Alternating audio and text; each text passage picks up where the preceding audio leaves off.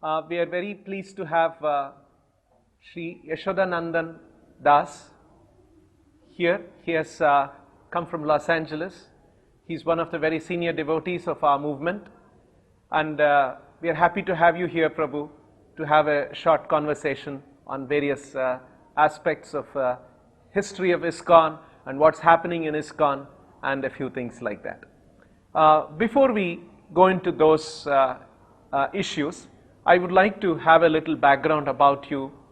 When you came in touch with Krishna consciousness, which year was that, where was that, and how you met Srila Prabhupada, if you can briefly say some of those things. I first saw Srila Prabhupada in the summer of 1967. I was in Montreal at an international exposition called Montreal Expo 67. And I was there with my parents, and we came close to the India Pavilion, which was an exposition by the government of India. And Prabhupada was there chanting Hare Krishna with some of his disciples, 6, 7 disciples. So I was there with my parents, and I stopped, and I found this very fascinating. The kirtan was there.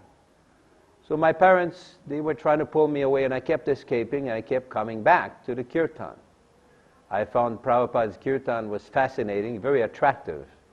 Of course, I didn't understand much. So twice I escaped from my parents and came back. So I was able to first see Prabhupada doing the kirtan. He was chanting, smiling very blissfully, and the devotees would respond. So after that, the next week, when I went back from Montreal to Quebec City, a few hundred miles away, I saw in the local newspaper Prabhupada's picture appeared with the same devotees chanting. It was a very nice, large spread in the weekend magazine with Prabhupada in picture in color chanting Hare Krishna with the disciple, exactly like I had seen the week before. So I took that picture out and put it on the wall, because at that time I was practicing a little yoga and things like that, not quite understanding it very clearly. How old were you at that time? When I first met Prabhupada, I was 14. So for about 2 years, a few years, I'd been practicing yoga since I was 13, and I had kept a picture of Maharishi Yogi and Mahatma Gandhi. At one point, I had found a picture of Lord Chaitanya. I put it on the wall. I had no idea who he was. I thought he looked very nice. He was dancing, long hair, and nice dhoti. I thought, this is very nice. Let me put it on. I had no idea who he was, what the name was, from some Indian book. So then I used to practice yoga and offer a little incense. I did not know. So I offered to Prabhupada, Maharishi Yogi, everybody. I had no idea. So then 2 years later, I was in the park in the summer in 1969 in Quebec City. And one person came here. He had long hair and long, long robes, and he was in the park chanting Hare Krishna. And I'd remember, oh, this is like the Swami that I'd seen. So after the kirtan, I went to speak with this person. I asked him, oh, how did you learn this chanting? He says, oh, I learned this from the Swamiji. So this person, this devotee, had spent just 3 minutes with Prabhupada his whole life. And Prabhupada gave him 3 instructions. He says, chant Hare Krishna, read from Bhagavad Gita, and if you have the chance, give people a little bit of prasad. So he would go in the park, he would have kirtan, chant Hare Krishna, he would read briefly from Bhagavad Gita, then he would distribute some fruit prasad or some little prasad that he would make. And he would get 40, 50, sometimes 65 people all chanting like that. So that's the first time I saw this devotee chanting. So after chanting with him, then I went to talk to him. And he explained to me, he was starting to show me the Bhagavad Gita, and he showed me the chanting. He left me some beads. He showed me how to chant on the japa beads. And he says, Swamiji, Prabhupada was named Swamiji in the beginning. Until 1969, everybody used to call Prabhupada Swamiji. So Swamiji has shown you chant on beads every day. So he gave me a set of beads and chanting, so I started to chant. And then, because at that point I knew mostly French. So he said, if you want more, maybe you should go to Montreal and meet the Swamiji. I said, okay. So 15 days later, because this was summer break from school in 1969, I decided I'm going to go try to meet the Swamiji. So I went, I hitchhiked from Quebec to Montreal, and I went to the temple, and I came there, and I saw the same Bhagavad Gita that this person, this devotee, was reading from. I said, oh, I really need to get this book. So I had a little bit of money. I bought the Bhagavad Gita with Prabhupada's commentary. So I went back. I was staying with some friends. I went back that night and stayed up the whole night and read Bhagavad Gita. And all the kind of questions I'd been wanting to hear for years and years were answered. Everything. Because when I was 13 years old, I had French, in addition of the Vedas in French. There was one Sanskrit academy in Paris, France. They had translated the 4 Vedas in French. So I was reading the Vedas, but I could not understand anything. Unless you hear from authorized, bona fide person. So I'm reading about Vayu, Indra, Shiva, Brahma, but no clear understanding could be there. When I read that night the entire Bhagavad Gita, and everything was very clear. Prabhupada's books was such a great impression. Because when I came to the temple, I said, can I meet Swamiji? See, well, Swamiji is not here. The devotees, they said, Swamiji is not here. He's gone to Europe. He's gone to some other place. He's traveling. But we have his book here. Oh, you have his book. So I got the Bhagavad Gita, read that night. And all these questions for years and years I was trying to find answer. What is life? Who am I? What happens after death? Where do we come from? Why some living entities suffer? Is there anything in the planets outside? Is there a heaven, hell, spiritual world, kingdom of God? All these questions systematically answered in Prabhupada's books, first night. So the next day I said, I want to get a dhoti and put this mark, this tilak. They said, well, you can only do this if you're a devotee. I said, I'll become a devotee. So the next day, I request you shave me, I become a devotee. So this was in the summer of 1969, early summer. When did you get initiated formally? In the beginning, when I was in the Montreal temple in devotee, there were only a few French devotees. Most of the devotees were English-speaking devotees. There was one French devotee, Dayal Nitai. And he was telling devotees that he wanted to go again become a Christian priest. So he was waiting there till another French-speaking person would come that he could. So I came there, and they trained me, and they discussed, because you speak French, we'd like to give you, radio interviews, newspaper interviews, and newspaper writing, and television interviews, so we want to get you initiated. But I did not meet Prabhupada. I was just reading Bhagavad Gita every day, doing a little service, kirtan, and trying to preach in French.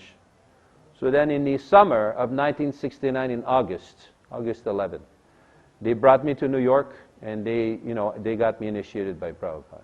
Prabhupada was physically there. At that time, another devotee named Bhima, and Gadadhar Das, and Kurukshetra, they were also initiated on that day. So Prabhupada was there. It was a very powerful impression to see Srila Prabhupada live. I had never seen him. I had heard about him, because this was Swamiji.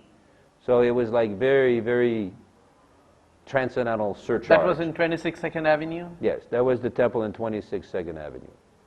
And the night before the initiation, there was a Mahasamkirtan where literally maybe 150 devotees all went out in the streets of New York. We were distributing back-to-guided magazines, big kirtan, and passing cards to invite people to the Sunday feast in the program.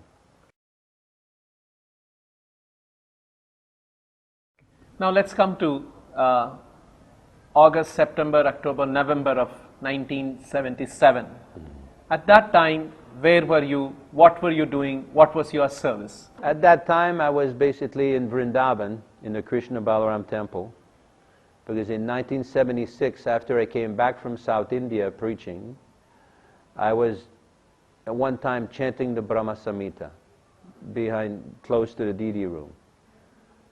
So one of the Gurukul teachers was dispatched by Prabhupada is bring that person who is chanting. Who is chanting this Brahma Samhita there?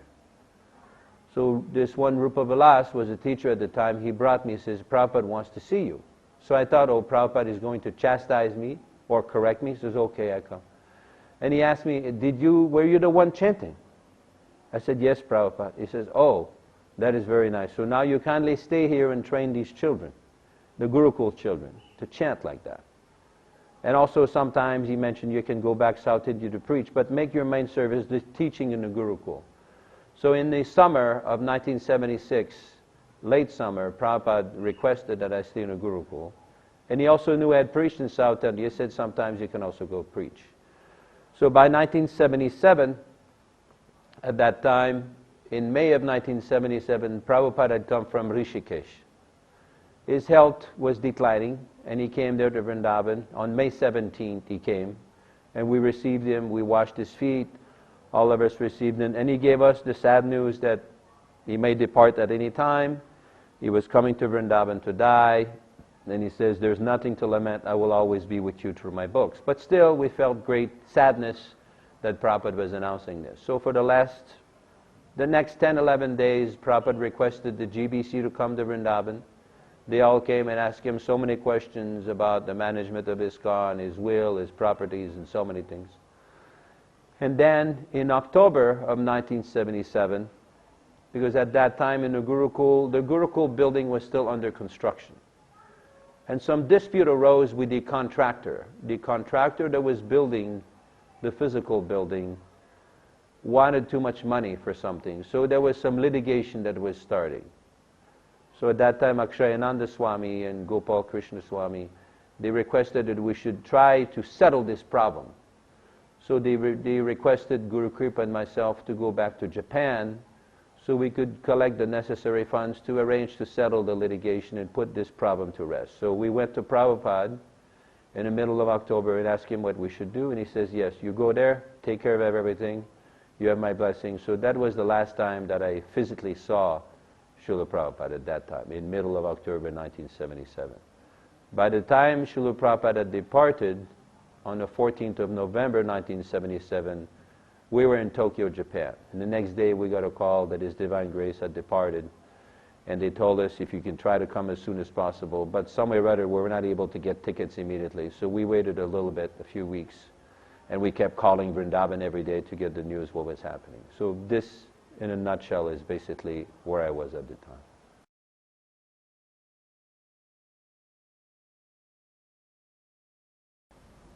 As it was understood by devotees soon after Srila Prabhupada left this world, what was the arrangement that Srila Prabhupada had made for initiation?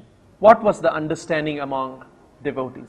Was there confusion, or it was clear, or how was the mood? Whether it was in Tokyo where you were there, or when you came back to Vrindavan after a few weeks, you said, what was the understanding? Well, it depends who you speak to. I mean, right now we're speaking in 2009. So now the perception of many devotees is often colored by their different situation. Okay. At that time, my understanding was that Prabhupada had made arrangements for initiation through the via medium of officiating representative. That was my personal understanding. But it was quite obvious a few months later, after November 14th, 1977, that our GBC godbrothers had a different understanding. I'm referring to the first March 1978 GBC meeting at Mayapur, West Bengal, India, which they first announced their position, their philosophical position regarding initiation following Srila Prabhupada's departure. Now, as you obviously heard earlier from Dhamma Ghosh, the original written instruction of Srila Prabhupada that he had given in July of 1977, although Prabhupada had instructed that this should be disseminated or distributed throughout all the temples, because we have spoken to many devotees who were there physically at the time in different parts of the world, not everybody heard that instruction.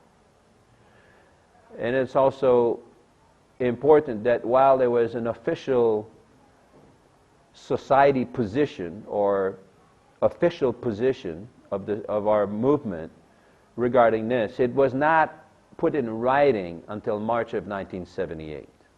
Between November 14th, 1977 and the actual Purnima day of March 1978, there was no official position in ISKCON. Now, I know that now many people seem to be under the impression that everything was available for discussion and all the transcripts. There was no such thing. There were no transcripts of conversation available. There were no so-called tapes available.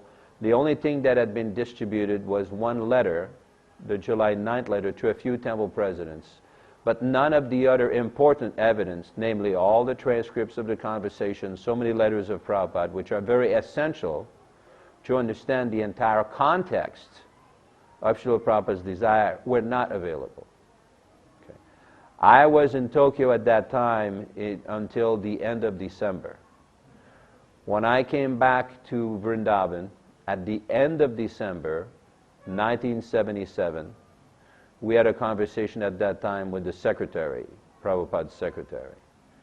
And I do recall at that time we asked the secretary, how will these initiations and these Ritvik representatives, how will this function?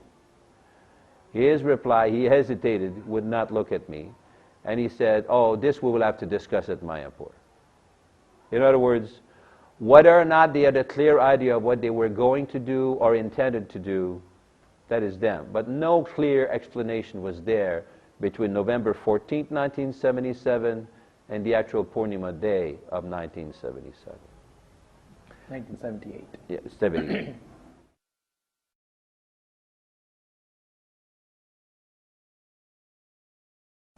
When did you hear about the zonal Acharya system, and where were you and what were you doing at that time? The zonal Acharya system did not develop just immediately. That came after the Mayapur festival. Right. After the march. Because during Prabhupada's manifested presence, for the lack of a better words, all the different GBCs, by the time of Prabhupada's departure, there were 23 GBCs. All of them every year would have a certain geographical area that amongst themselves the GBC would discuss, and they would present to Prabhupada, here's the different assignments for the different zones with the different GBCs, and Prabhupada would approve. Okay. Okay. After, at 1978, then the issue came up, what will be the situation with those people that were designated by Prabhupada to initiate, to carry on this function of initiation within ISKCON. Right. The zonal assignments for all these different GBCs were still there. But after March, when all of them went back to their zones, then some way or other they made mutual arrangements to all of them have an exclusive zone or geographical area where they will be the exclusive controller or dominant person in that zone, that area. Now, in all fairness, during Prabhupada's time, sometimes he would have certain individuals preach in certain zones or geographic areas for a considerable period of time for stability, for sake of proper public relations, for sake of preaching development. So it is not entirely false to say that Prabhupada did encourage certain people to stay in certain areas without having a musical chair type of arrangement. What Prabhupada did not establish is a permanent, unending, some kind of a kingdom type mentality, a permanent zonal control system. That was not established by Prabhupada, because the term zonal acharya is a contradiction. There's no such thing as, Prabhupada has never used the term anywhere in his writing of a zonal acharya or a zonal guru. That's a contradiction in itself. Okay. Because ultimately the question comes, before you can even talk about who is a zonal or this or that, how did they become acharyas in the first place? That's the first issue. Because the history of this is sometimes misunderstood by certain individuals, that it was just a mistake of a little technical mistake of a zonal acharya mistake.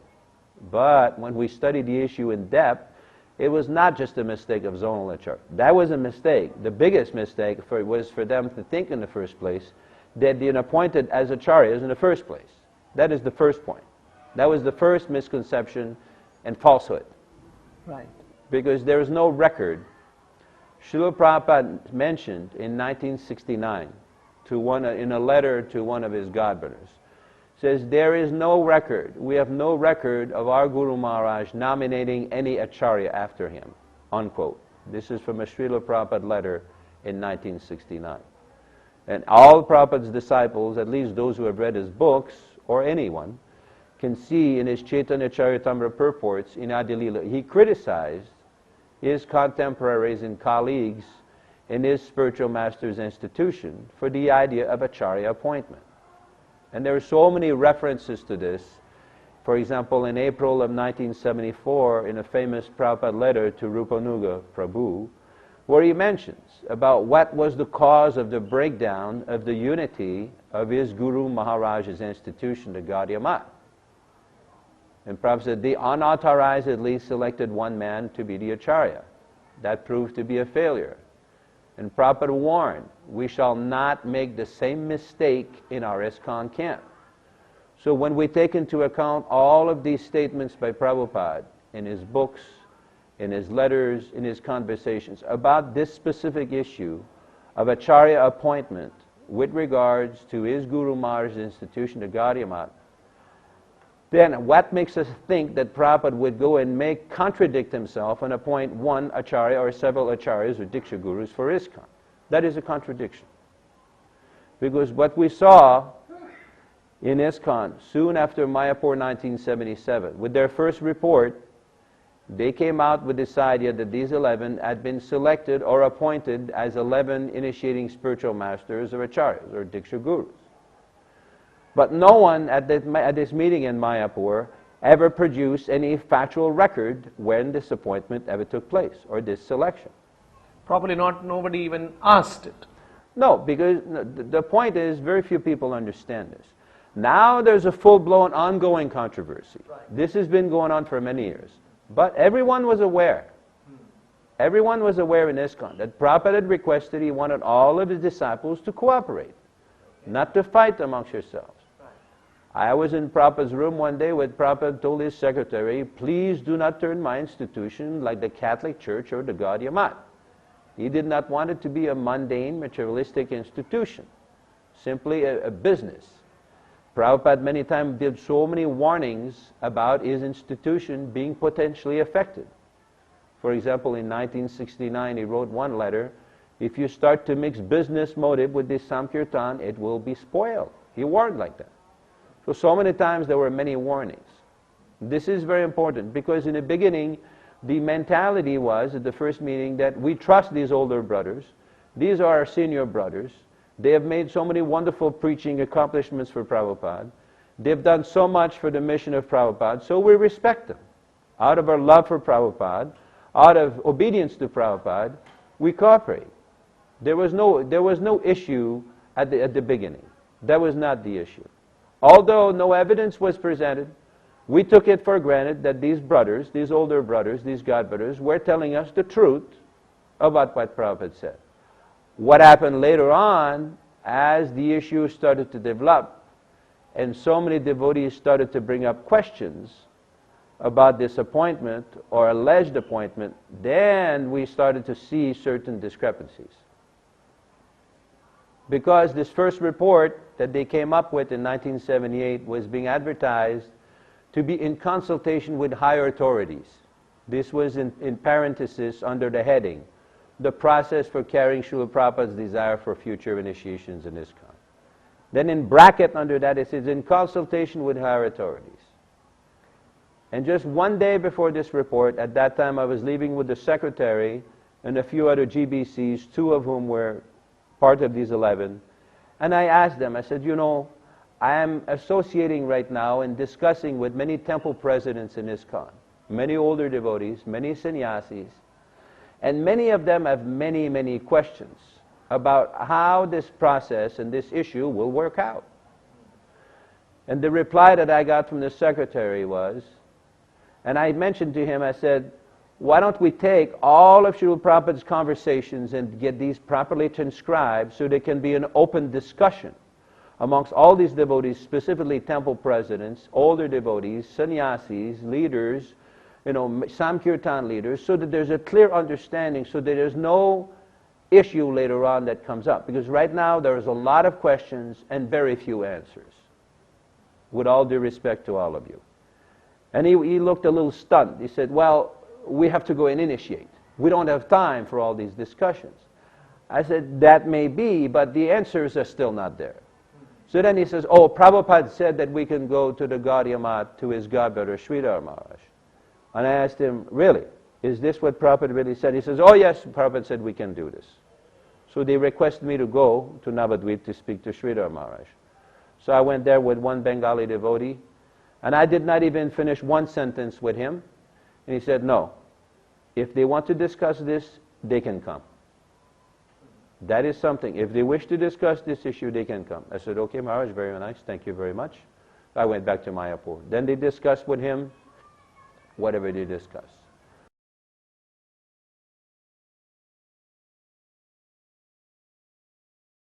Prabhu, you were referring to the GBC position paper in 1978 about the future of how initiation would happen. You referred to something called higher authorities. Yes. What did they mean? Well, it's still unclear at this point because they've never really clarified what they meant by higher authorities. Now, there are several implications to this. Did they mean that there were higher authorities than Prabhupada? Did they mean that there were other authorities than Prabhupada? And if they put that in writing, when did Prabhupada ever tell us to go consult higher authorities? Did he ever identify those authorities? So on one hand, it's like a veiled insult against Prabhupada. Because we do know, on record, that Prabhupada in his letters specifically, and in many conversations, he had told us that everything I've given in my books, my instructions. So why they felt there is any need to go outside of those instructions? Actually, that report in itself, when it's properly analyzed, contains so many inaccuracies, misleading statements, and many apasidantas in there. But they had their own idea. It's obvious now that some of them had their own ideas that they were trying to introduce. The main theme of this paper was this falsehood that Prabhupada had appointed 11 Diksha Gurus, 11 Acharyas. Again, just like Prabhupada stated with regard to his Guru Maharaj's institution, that there's no record of our Guru Maharaj nominating any Acharya after him. Similarly, there is no such record of Prabhupada ever appointing or selecting any Diksha Gurus or Acharyas for his institution. For sometimes we come across sannyasis saying that, no, Prabhupada told me when he gave sannyas that now you can initiate. Or after it's an etiquette that you cannot initiate now, but in future you can initiate. What do you have to say for that? Let's see the record. They say so many things. I say, let's see the actual record. That was a personal conversation. That was in a personal conversation. Oh, that's okay. But then we have, where I'm speaking of the general directive of Srila Prabhupada for his society. Whether or not Prabhupada gave any specific directive for one individual or two individuals or three individuals, that is not the issue. Because anybody can claim anything. Oh, Prabhupada talked to me in the back of the ambassador car, or Prabhupada talked to me on a walk somewhere. Because many times, some statements of Prabhupada were not recorded. Not everything he ever said was recorded. Most of it, most lectures and letters and things that were recorded. But it may be true, it may not be true. That's why my reply was, let's see the record. What was the context of the conversation? What did Prabhupada actually say? But as far as a specific directive for his society, for initiations, the only written record we have is that July 9th letter nominating 11 individual devotees, senior devotees, to act as officiating representative. If someone has another record, they could bring it, it could be produced, it could be discussed and evaluated. But so far in 33 years since Prabhupada's departure, 32 years, no one has been able to produce such a record. Because we see that soon, the first few months after March of 1978, when we were in Vrindavan, we saw some devotees who came from the West. And they came back to Vrindavan in April and May and told us that there's something happening in the society. Now we have new Vyasasanas. People are taking big puja in front of Prabhupada. Pictures are coming up on the altar. New titles, some Vishnu Pad, Acharya Pad, this Pad, that Pad are coming up. They're having this whole new system of worship that they've invented, and it's going on full blast everywhere. So we had not seen this because in Vrindavan, the GBC at the time, Guru Kripa Swami, did not allow any Vyasasanas, any pictures on the altar, none of this. He didn't allow any of this. Because he also knew that Prabhupada had not appointed any acharyas for ISKCON. No individual Diksha Gurus had ever been appointed. Whatever his view may be now, that's a different story. I do not know. But at that time, we did not have that. So when these devotees came with that, Pradyumna Das, the Sanskrit editor of Prabhupada wrote a letter to Satsvarup in which he described his objections, which were not just his personal objections, but many devotees had been discussing this, because we were starting to discuss, okay, what is it that is going on, and when did Prabhupada ever give such specific instructions that these pada titles, that these pictures on the altar, that these big titles, these simultaneous Guru Puja should go on, all these things. We had no such instruction from Prabhupada, at least in his last few months in 1977. So it was a whole new wave of introductions that were being put in the Krishna consciousness movement after March of 1978. So we objected. And then at Janmashtami in 1978, when the secretary came with another GBC from France came there, then there were some discussions, because Pradyumna was there, I was there, and we discussed. And prior to these discussions, one Gurukul teacher went to one sannyasi who was resident of Mayapur at the time, who was one of these 11, and he raised the point that so many devotees have come back from the West, from Europe and America, and they're reporting that there are so many changes in the society, changes in the method of worship, changes in the way Prabhupada is worshipped, people taking these new titles that we've never heard before. So many devotees, some of them had been kicked out, some of them have been driven away. There's so many new things coming up. Why were they kicked out? Why were they driven away? Because some of them had objected to the new system. They felt that Prabhupada was being minimized, that Prabhupada was being offended. Or they raised so many questions that some people could not answer. So some of them had been driven away. Then this sannyasi says, there is nothing to be discussed, we have discussed everything, they should just accept. So this Gurukul teacher went back to the same sannyasi, Mayapur-based sannyasi, and he told him, but aren't you concerned, because now we see so many disciples, they have left the mission. Some of them have been kicked out.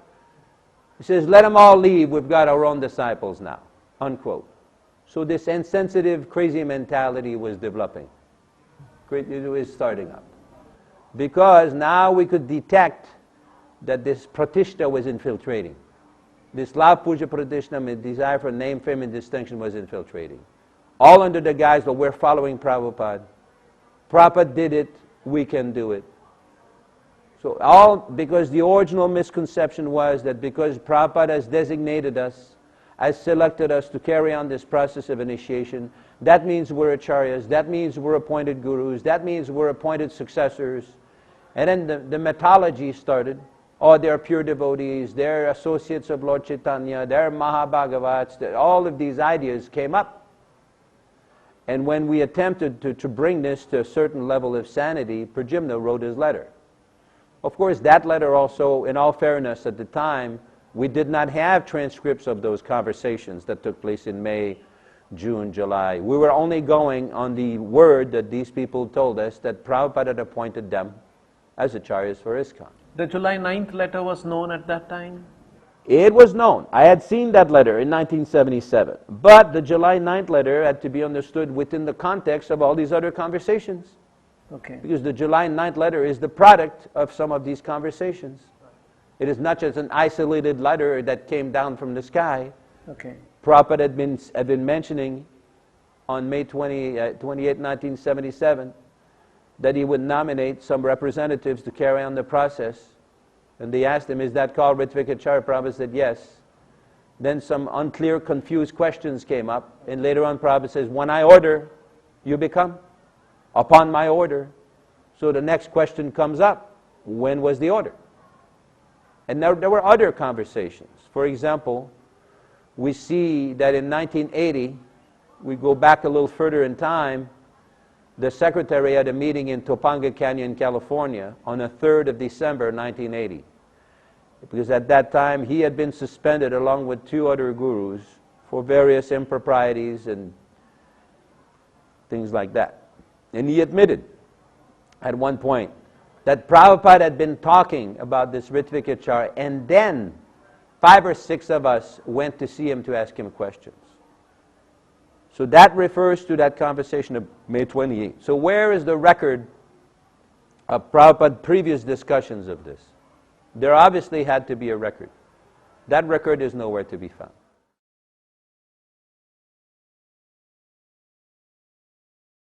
So the more we started to discuss these points and these issues, and also this simultaneous Guru Puja that was going on, the more we started to see so many inconsistencies. So now we started to analyze the first theory, the first what I call methodology, that Prabhupada had appointed 11 successor gurus, 11 Diksha Gurus or Acharyas. When we started to question, because after this first meeting in Janmashtami, then there was another idea that came up. That was the second myth of mythology. Because as they realized that it would be very difficult to prove from the actual record when Prabhupada specifically gave the order for any of the disciples to be Diksha Gurus or Acharyas, then they came up, oh, everyone can become. They say, according to Chaitanya Mahaprabhu, everyone can become. But that is a different issue than the issue of specific appointment of 11 individuals. Everyone can become has been Chaitanya Mahaprabhu's instruction for 400 years. How Srila Prabhupada chose to apply that instruction, that is up to him. That is his choice. That is his volition and his choice. So then we started to see that very few clear answers to the questions, where is the record of this? When Pradyumna had his first discussions at Janmashtami of 1978 with the secretary in Vrindavan in the Krishna Balaram guest house, the secretary kept arguing, oh, it has to be an appointed living representative that will represent Prabhupada in his temples. Pradyumna's reply says, all of Prabhupada's temple presidents, all of Prabhupada's devotees are representative. We have no such thing as an appointed living representative. Because they were trying to form some exclusive club, exclusive mentality, that we're the only ones, we're the special ones, we're the unique ones. Prabhupada had no such thing. So then, as the controversy went on, then they started to realize how we will establish this. Then they came up with a different idea. They say, okay, now Prabhupada did not appoint. Some of them obviously are also aware of Srila Prabhupada's statements. They were aware that Prabhupada had criticized this idea of Acharya appointment with regards to the Gaudiya Math. So they came up with this idea, okay, the GBC is the collective Acharya. We say, oh, the GBC is the collective Acharya. So where did Prabhupada ever make that statement? Then they came up, oh, Prabhupada said the GBC is the ultimate managerial authority. Managerial authority may be there, but you're not the ultimate authority. The ultimate authority, spiritual authority, is Srila Prabhupada. Has always been Srila Prabhupada, will always be Srila Prabhupada. It's not that because Prabhupada departed in 1977 that his spiritual authority ceases to be. It is still there, even today. So this third myth, this third legend, was being propagated. Okay, since we have very little proof for the appointment, because while simultaneously claiming that everyone can become, they were still saying that 11 had been chosen, 11 had been appointed. So you have a contradiction here. If everyone can become, then they could have let all the 5,000 disciples become Diksha Gurus, become Acharyas. But they knew you cannot run an institution like that. And also some of them knew Prabhupada had already criticized this concept in 1959. Before he left, before he started ISKCON, in his poetry at Radha Damodar temple in Vaishishtyashtakam, Prabhupada said, if everyone just initiates, as long as everyone initiates, there will be a contradictory result. There will be failure. Because you cannot run an institution with 5,000 authorities. That doesn't work.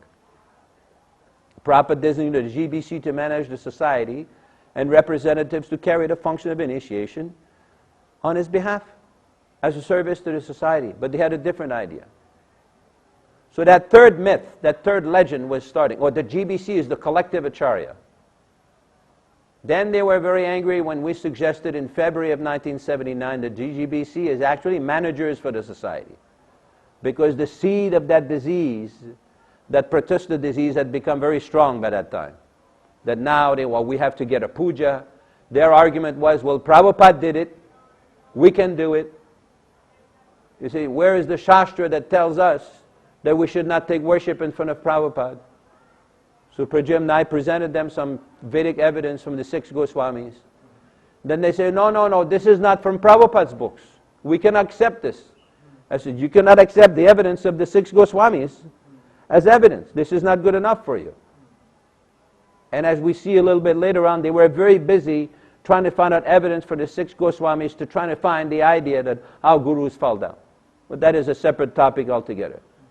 So they were adamant that no, we're carrying on, we're going to do. So this collective acharya idea was their idea, the third idea. Because they could not establish this original point. Where, when, and how did Srila Prabhupada ever appoint or select these 11 individuals as Diksha Gurus or Acharyas? 32 years, no one has been able to establish this. Every time this point is brought up, they say, oh, we have a letter in 1974, we've got this place, that place. No. When everybody assembled in front of Prabhupada in 1977 and they asked him those questions, he gave them an answer. They obviously were not happy with that answer. They were not satisfied when he told them, I shall nominate some of you as Ritvik Acharyas. Then they asked him several contradictory questions and he told them, okay, when I order, you become guru. When I order. The point is, when was the order? Did Prabhupada feel that the training was actually complete? Did he actually feel that these disciples, any of his disciples, not just these 11 disciples, any of these disciples were actually qualified or fully qualified to be in the capacity of Acharya Diksha Guru? If he did, why did he not directly say in his presence? Because we know from all the records that has been seen in the last 32 years that during the last few months of Srila Prabhupada's manifested presence, there is no record of Prabhupada ever making an announcement to the whole society that these 11 are my chosen successors, these 11 are the future pure devotees, these 11 are the future Diksha Gurus. There is no such record. They had to announce this after he departed. And even this so-called appointment tape was never released by Prabhupada. As a matter of fact, during Prabhupada's time, every major decision of society-wide impact for the whole of our ISKCON society was always in writing. The creation of the BBT, the whole system of sending funds to the BBT for construction of temple and future publication of books, the future management of the society with the direction of management, so many directions regarding deity worship, so many major society-wide decisions were put in writing. Prabhupada was very, very careful. He knew that you have to be very specific. He was very detailed.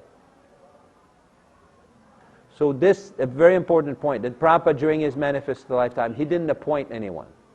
And this myth is still being perpetuated by people. They still do not understand.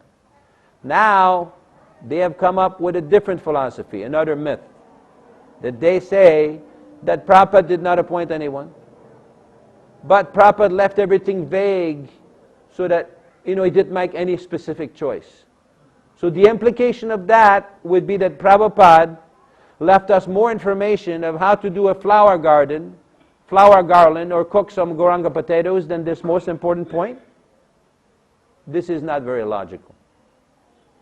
Because we see that in 1976, in August 1976 in Bombay, Prabhupada was talking to a few of his leaders. And they were discussing what happened, why this Gaudiya Math failed. And Prabhupada says, because they tried to become more than Guru. As Guru Maharaj, before he left, he gave so many instructions, but did not appoint a particular man to become the next Acharya. And so many instructions are given there. So now, so many arguments are given, all counter-arguments, but the ultimate bottom line is, where is the written evidence that Prabhupada has ever made this so-called appointment? So you have so many different contradictories that have evolved over the years. And that Prabhupada was trying to prevent all these speculative theories and mythologies and legends for his movement. That's why he issued a specific letter that is clear, that is easy to understand, that would prevent the same mistake that took place 40 years earlier in his Guru Maharaj institution. He was trying to prevent that, to give some, and also trying to carry on the activities of Krishna consciousness, including initiation, in a proper way, in a systematic way. There's even this argument of living, but the Ritvik would also be living. He's not a dead person. He's not some fairy tale in the sky. So that is also there. But they did not want to accept that. That was the root of the problem.